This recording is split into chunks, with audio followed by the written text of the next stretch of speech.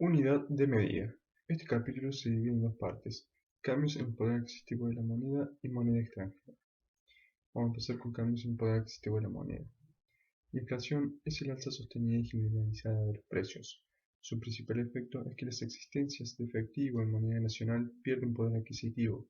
Lo mismo ocurre con los créditos en moneda nacional. Ante esto, los agentes van a tomar acciones para cubrir ese efecto, tales como incluir en las operaciones a plazo componentes financieros implícitos o pactar intereses para resguardarse de la inflación. En materia contable se utiliza la moneda de curso legal, pero si existe inflación, las distintas cifras no podrán compararse contablemente. Los resultados por obtener activos monetarios no aparecen en los resultados contables. Como solución, se puede omitir el tema de la inflación o bien aplicar métodos para afrontar la inflación. En el sistema contable hay rubros que son monetarios y rubros que son no monetarios. Los monetarios a su vez pueden ser puros o concertados. Los rubros monetarios puros pierden poder adquisitivo con la inflación. Los rubros monetarios concertados y los rubros no monetarios no pierden poder adquisitivo. El capital siempre pierde valor. El resultado por exposición a la inflación REI o resultado por exposición a los cambios en el poder adquisitivo de la moneda REPAM surge por la tenencia de activos monetarios puros durante el proceso de inflación. RT número 6. Estados contables en moneda homogénea. Salió en su versión original en 1984 con sanción plena. Originalmente se estableció que solo se tenía que ajustar por inflación si ésta era superior al 8% anual. Luego esto se cambió, la FABCE era la que determinaría si se estaba en un contexto de inflación o de estabilidad. Si había inflación, se aplicaba la RT6 y si no había inflación, se utilizaba como moneda homogénea la moneda nominal.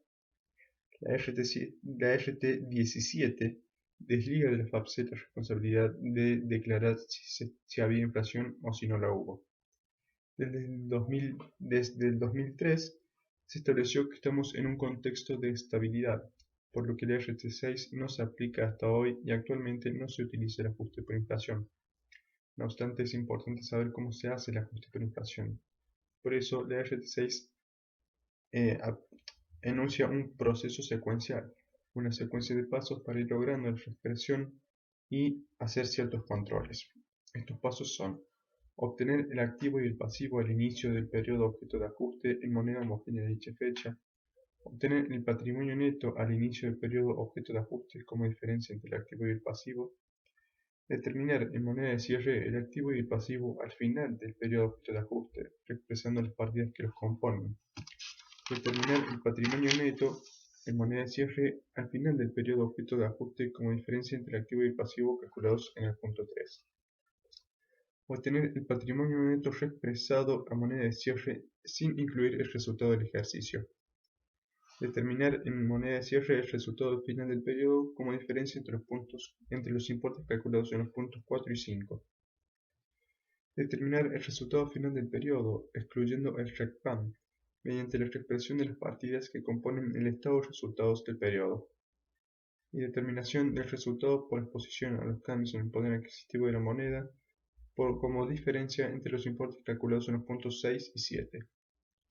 También establece los pasos para la reexpresión de las partidas. Segregar los componentes financieros implícitos contenidos en los saldos de las cuentas patrimoniales y de resultados. Las partidas expresadas en moneda de cierre no se reexpresan. Las partidas expresadas en moneda de fecha anterior a la de cierre deberán reexpresarse en moneda de cierre del siguiente modo: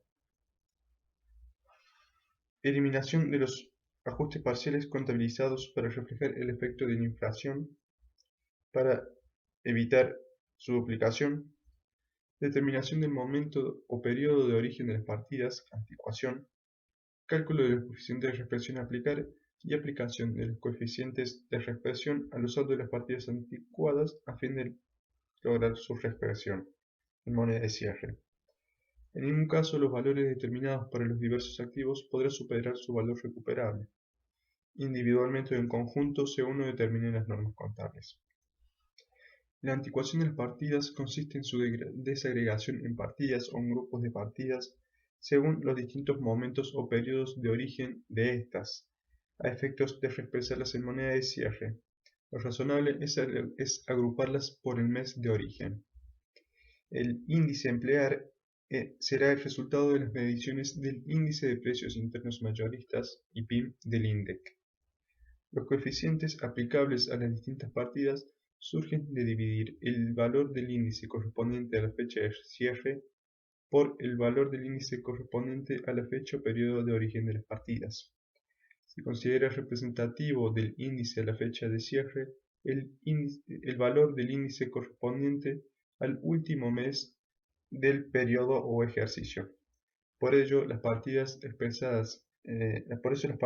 mes de cierre no se reexpresarán, ya que el coeficiente a aplicar sería la unidad o 1.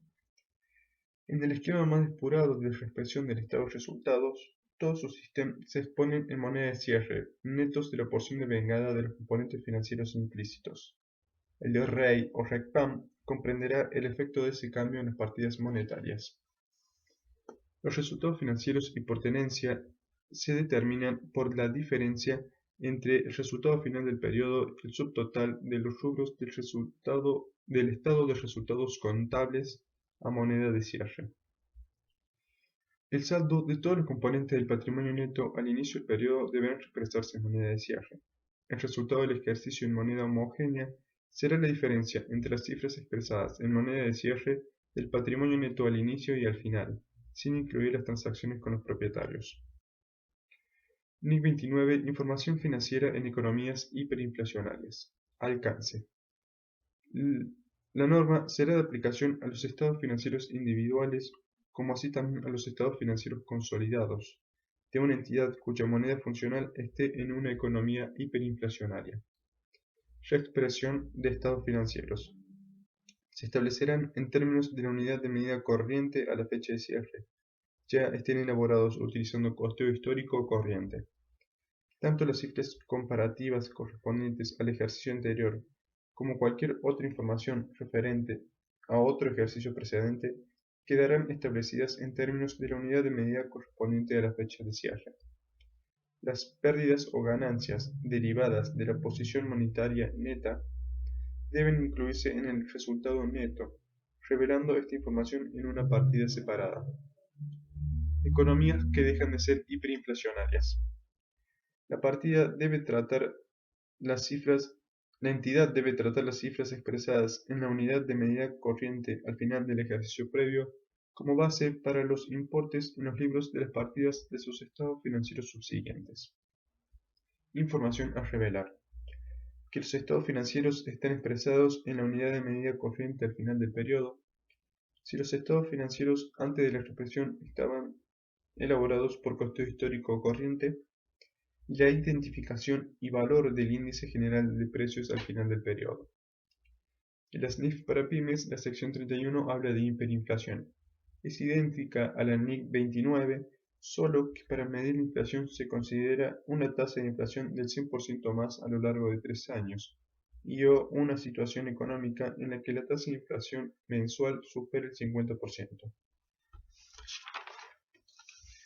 Medición y efecto de las operaciones en moneda extranjera. La RT 17 en su punto 3.2 habla de la medición en moneda extranjera. Las mediciones contables de las diversas transacciones y saldo medidos originariamente en moneda extranjera deberán convertirse en moneda argentina de modo que resulte un valor representativo. A este efecto se utilizarán tipos de cambio de la fecha de las partidas, en los casos de esta, o de la fecha de los estados contables, en el caso de los saldos patrimoniales a los que corresponda medir primero en moneda extranjera y luego convertidos a moneda argentina. Las diferencias de cambio puestas en evidencia por las conversiones de mediciones en moneda extranjera deberán tratarse como ingresos o costos financieros. Hay dos tipos de cotización o tipos de cambio. Tipo comprador, que se utiliza para medir los activos en moneda extranjera, y tipo vendedor, que se utiliza para medir los pasivos en moneda extranjera.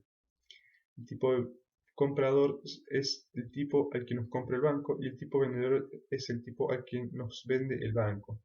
Por eso, el tipo vendedor siempre es mayor que el tipo comprador. Esa es la ganancia de los bancos.